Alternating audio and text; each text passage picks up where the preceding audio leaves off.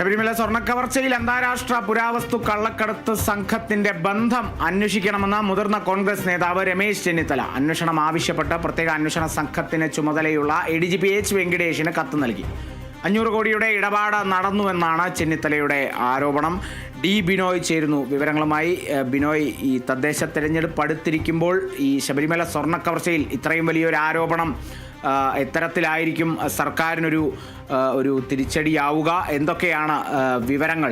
ഏറ്റവും പ്രധാനമായും ചെന്നിത്തലയുടെ ആരോപണങ്ങൾ എങ്ങനെയാണ്?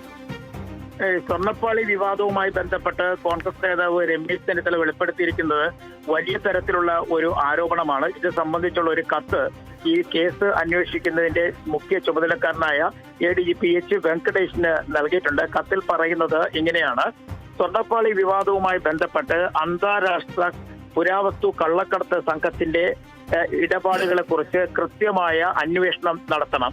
ഇതേക്കുറിച്ച് ചില രേഖകൾ താൻ നടത്തിയ സ്വതന്ത്രമായ അന്വേഷണത്തിൽ തനിക്ക് ലഭിച്ചിട്ടുണ്ട്.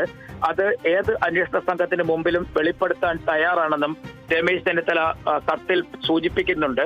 മാത്രവുമല്ല, ഇതിൽ 500 കോടി രൂപയുടെ ഇടപാട് നടന്നു എന്നുള്ളത് ഏറ്റവും എടുത്തു പറയുന്ന പ്രധാനപ്പെട്ട കാര്യം.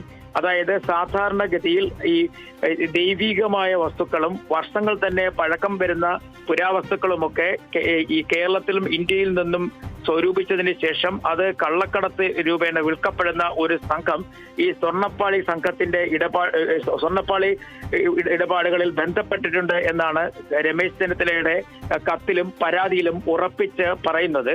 അത്തരത്തിൽ ഒരു ബന്ധം നടന്നിരിക്കുന്നു. അതിൽ ഈ സംഘത്തിന്, അതായത് ഈ പുരാവസ്തു കള്ളക്കടത്ത് സംഘത്തിന് ദേവസ്വം ബോർഡിലെ ചില ഉന്നതരുമായി അടുത്ത ബന്ധമുണ്ട്. ആ ബന്ധം സ്ഥാപിച്ചതിന് ശേഷമാണ് ഇത്തരത്തിൽ ഒരു കള്ളക്കടത്ത് നടത്തിയിരിക്കുന്നത്. പ്രത്യേകിച്ചും ശബരിമല ക്ഷേത്രത്തിലെ സ്വർണ്ണപ്പാളികളുടെ പവിത്രത ആ ഒരു കാര്യം കൊണ്ട് തന്നെ ആയിരിക്കാം ഒരു പക്ഷേ ഇത്രയധികം വിലയ്ക്ക് നൽകിയതെന്നും പറയുന്നു. തനിക്ക് ഈ വിവരങ്ങൾ നൽകിയത് ഒരു വ്യക്തിയാണ്. ആ വ്യക്തി ഏത് അന്വേഷണ സംഘത്തിന് മുമ്പിലും ഇക്കാര്യങ്ങൾ വെളിപ്പെടുത്താൻ തയ്യാറാണെന്ന് അറിയിച്ചിട്ടുണ്ട്.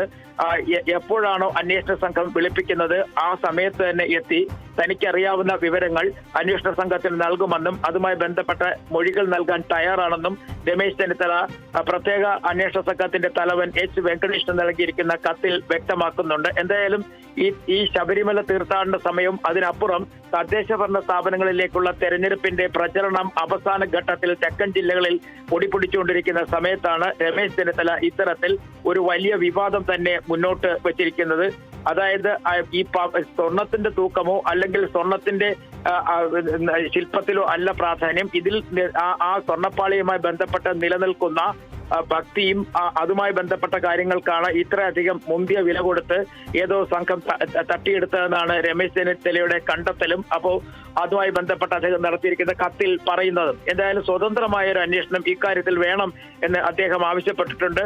പ്രത്യേക അന്വേഷണ സംഘത്തിനൊപ്പം തന്നെ ഇതുമായി ബന്ധപ്പെട്ട രേഖകൾ മറ്റു സ്വതന്ത്ര ഏജൻസികൾക്ക് കൂടി നൽകാൻ തയ്യാറാണെന്നും രമേശ് ചെന്നിത്തലയുടെ കത്തിൽ വ്യക്തമാക്കുന്നു. കാളിദാസ് വിവരങ്ങൾ നൽകിയത് കടുത്ത ആരോപണം തന്നെയാണ് മുതിർന്ന കോൺഗ്രസ് നേതാവ് രമേശ് ചെന്നിത്തല ഉന്നയിച്ചിരിക്കുന്നത്. അത് ഒരു ആരോപണത്തിൽ ഒതുക്കിയില്ല എന്നുള്ളതും കൂടിയുണ്ട്. അന്വേഷണം ആവശ്യപ്പെട്ട് ADGP H വെങ്കടേഷിന് കത്ത് നൽകിയിരിക്കുകയാണ്. 500 കോടിയുടെ ഇടപാട് ശബരിമല സ്വർണ്ണക്കവർച്ചയിൽ അന്താരാഷ്ട്ര പുരാവസ്തു കള്ളക്കടത്ത് സംഘവുമായൊക്കെ ബന്ധപ്പെട്ട് നടന്നിട്ടുണ്ട് എന്നുള്ളതാണ് രമേശ് ചെന്നിത്തല ആരോപിക്കുന്നത്. ഡി ബിനോയാണ് വിവരങ്ങൾ നൽകിയത്.